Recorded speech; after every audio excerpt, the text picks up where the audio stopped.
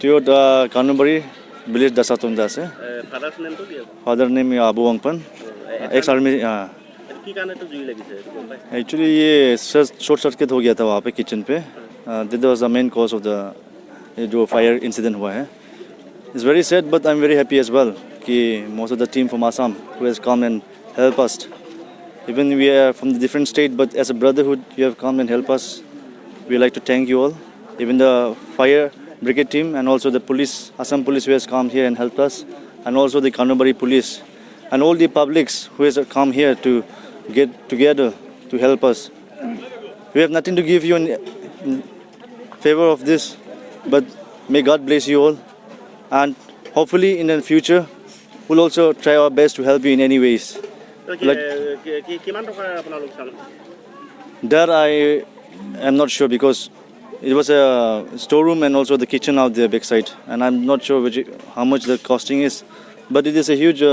damage which was done due to the fire. So, yeah, that's all I have to say. Okay.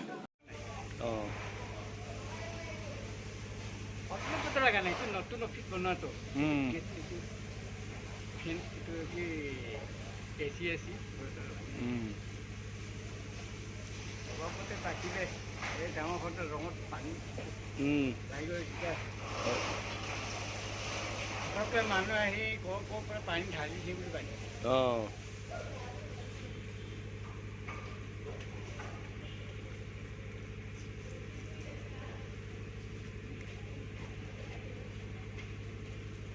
তেনেকৈ লাগি গ'ল কোনেও গম পোৱা নাই মানুহ নাছিলে আকৌ জুই লাগিছে বুলি কৈছে তেওঁলোকে জুই লোৱাটো অলপ মানে ক্ৰিটিকেল বুলি ক'লে তাৰমানে তেওঁলোকে অলপ ফেষ্টিভেলৰ কাৰণে কিবা বস্তু এটা আনিছিলে